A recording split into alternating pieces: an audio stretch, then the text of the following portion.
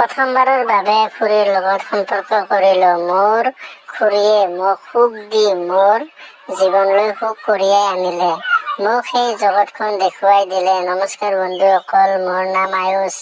খুৰাৰ নতুনকৈ বিয়া হৈছিল। মোৰ খুৰী একেবাৰে ধুনীয়া আছিল, নাহিকাতকৈও কম নাছিল। কিন্তু মই কেতিয়াও খুৰীক বেয়া চকুৰে চোৱা নাছিলো। মোৰ খুৰী আগতে বহুত খিলাৰী আছিল। খুৰীয়ে মোক এই কথা পিছত কৈছিল। মই সদায় লক্ষ্য কৰিছিলো যে খুৰী ইমান ধুনীয়া আৰু খুৰা তাইৰ তুলনাত একোৱে নাছিল। খুৰীয়ে মোৰ লগত বহুত হাঁহিছিল আৰু ধেমালি কৰিছিল। খুৰীয়ে মোক সদায় মোৰ প্ৰেমিকাৰ কথা সুধি থাকিল। মই কওঁ কোনো নাই। গতিকে তাই কৈছিল, মিছলীয়া, তুমি মোক মিছা কথা কৈছা। এনে সকলো কথাতে এবছৰ পাৰ হৈ গল। এদিন খুৰী গা ধোৱাৰ পৰা ওলাই আহি টয়লেট এখনত আছিল। মই তেওঁৰ কোঠাত বহি টিভি চাই আছিলো। তাই ভিতৰলৈ আহিলেই মই ওলাই যাবলৈ ধৰিলো। তেতিয়া তাই কলে, কলৈ যোৱা, বহক, তুমি মোতকৈ বেছি লাজ লগা। মই বহিলো। মোৰ সন্মুখত তাই কাপোৰ পিন্ধিছিল। তাৰ পিছত খুৰীয়ে টাৱেলখন আঁতৰাই চুলিখিনি শুকাবলৈ ধৰিলে। মই চফাত বহি কেৱল সিহঁতৰ ফালে চাই আছিলো। তাই হঠাতে মোক সুধিলে, মোৰ চেহেৰা কেনেকুৱা? গতিকে মোৰ মুখৰ পৰা ওলাই আহিল, খুৰী তুমি এক নম্বৰ। তাই হাঁহি হাঁহি কলে, হয় নেকি ল'ৰা? মই কলো, খুৰী বহুত ধুনীয়া তুমি। তাই কলে, এতিয়া অজুহাত দেখাব নালাগে। মই নিমাত হৈ পৰিলো। তাৰ পিছত খুৰীয়ে শাৰী পিন্ধি পাকঘৰলৈ গৈ ৰান্ধিবলৈ ধৰিলে। খুৰীৰ লগতো মোৰ লগত দিনক দিনে একেই হৈছিল। কেতিয়াবা তাই মোৰ গালত ধৰি কৈছিল, তুমি মোৰ নায়ক। কেতিয়াবা তাই কৈছিল, ডাৰ্লিং। এদিন মই মোবাইলত সেই ভিডিঅ' চাই আছিলো। ঠিক তেনেতে মায়ে মাতিলে আৰু মই খৰখেদাকৈ মোবাইলটো ৰুমত খোলাকৈ থৈ দিলো। খুৰী তালৈ আহি মোৰ মোবাইলটো দেখিলে আৰু একেদৰেই তাই মোবাইলটো ৰাখি পাকঘৰলৈ গল। পিছদিনা মই আৰু খুৰী ঘৰত অকলে আছিলো। মই যেতিয়া খুৰীৰ ৰুমলৈ গলো, তাই এখন ধাৰাবাহিক চাই আছিল। মই অহাৰ লগে লগে তাই কলে, আহক বহা।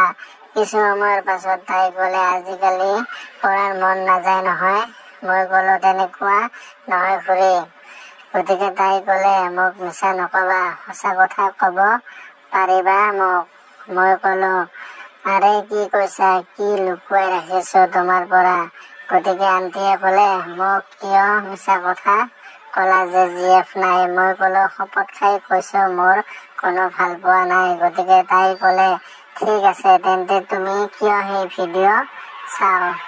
মই সম্পূৰ্ণ নিমাত হৈ পৰিলো। তেতিয়া তাই কলে, তোমাৰ ফোনটো দেখিছিলো, ভাল কথা মই দেখিলো আৰু আন কোনো দেখা নাপালে। মই কলো, খুৰী ভুলতে খোল খাইছিল।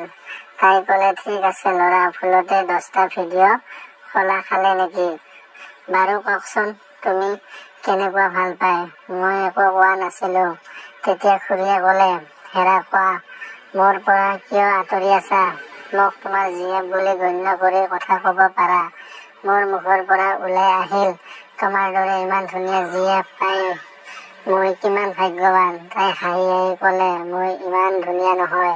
তাৰ পিছত হঠাতে তাই কলে, মই যদি তোমাৰ জিএফ হলোহেঁতেন তেন্তে মোৰ লগত কেনেকুৱা সম্পৰ্ক থাকিলেহেঁতেন? মই কলো, ৰোমান্টিকটো। তেনেতে খুৰীয়ে কলে, ঠিক আছে, মেইন দুৱাৰৰ তলা লগোৱাৰ পিছত আহা। গৈ তলা লগাই দিলো। তেনেতে আন্টিয়ে মোৰ হাতত ধৰিলে।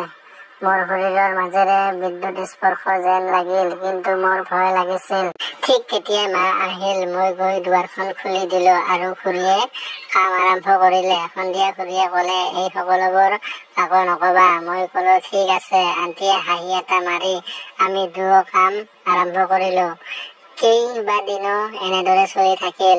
মোৰ ভিতৰত জুই জ্বলি উঠিছিল, কিন্তু এই সকলোবোৰ পৰিয়ালত ইমান সহজ নহয়। অৱশেষত সুযোগ আহিল।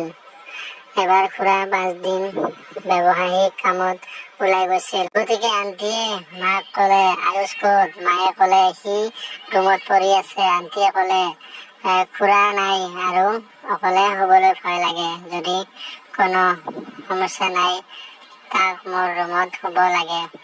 মায়ে ক'লে সি এতিয়া পঢ়া শুনা কৰি আছে, তুমিও কামটো কৰা আৰু শুবলৈ মন গ'লে মোক ফোন কৰা।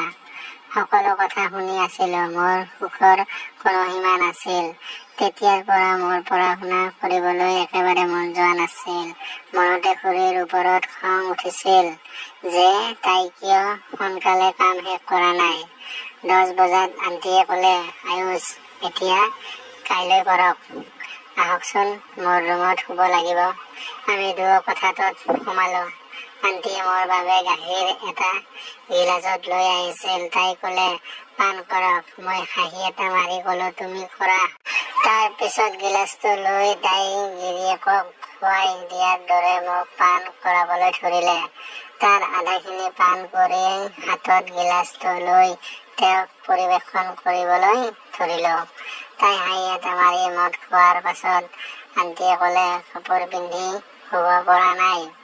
আমি দুয়ো শুই কথা পাতিবলৈ ধৰিলো। আন্টিয়ে ক'লে আজি তোমাৰ উদ্দেশ্য ঠিক নহয়। তেতিয়া মই ক'লো তোমাৰ দৰে অপেশ্বৰীয়ে যদি কাৰোবাৰ লগত মিছা কথা কয় তেন্তে তেওঁৰ উদ্দেশ্য নিশ্চয় নষ্ট হৈ যাব। তেতিয়া খুৰীয়ে ক'লে এইটো প্ৰথমবাৰৰ বাবে, সেইবাবে তুমি সোনকালে গুচি গ'ল। তেতিয়া তাই ক'লে খৰদৰকৈ চাৰ্জ কৰা, গৰম হোৱাৰ পিছত মোক এৰি নাযাবা। এতিয়াও গোটেই ৰাতি বাকী আছে মোৰ নায়ক। মই ক'লো আন্টি চিন্তা নকৰিবা, তোমাৰ নায়কে ককাতকৈও ভাল মজা দিব। আন্টিয়ে হাঁহি এটা মাৰি ক'লে গোটেই ৰাতি তোমাৰেই আছো মোৰ নায়ক। অলপ পিছতে আগৰ দৰে জুই অনুভৱ কৰিবলৈ ধৰিলে। এতিয়া মই আন্টিক আগতকৈও বেছি কামনাৰে। তেতিয়া খুৰীয়ে হুকুমুনিয়া কাঢ়িবলৈ ধৰিলে। হয় এনেকৈয়ে মোৰ নায়ক। আন্টিৰ ৰুমটো ওপৰত আছিল, গতিকে শব্দটোক লৈ কোনো টেনচন নাছিল। তাৰ পাছত তাই ক'লে আজি খাওক যিমান মন যায়। তাই ক'লে কিন্তু তুমি মোক সেই সুখটো দিলা আজি মোৰ নায়ক।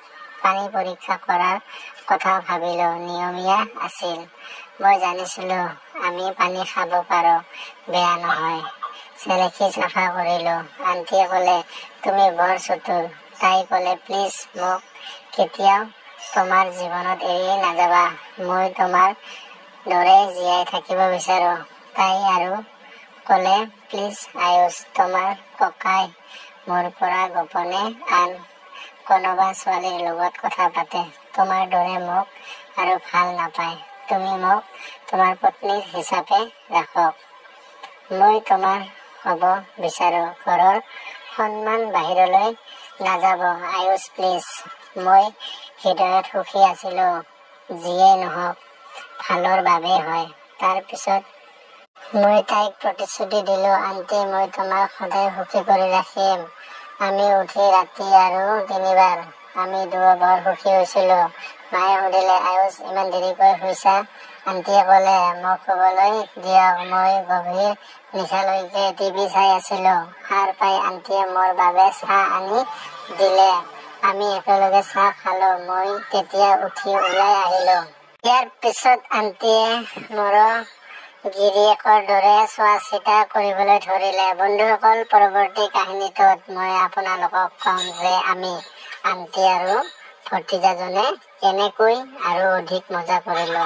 মোৰ জীৱনৰ প্ৰথম কাহিনীটো কেনেকুৱা লাগিল জনাব। ধন্যবাদ।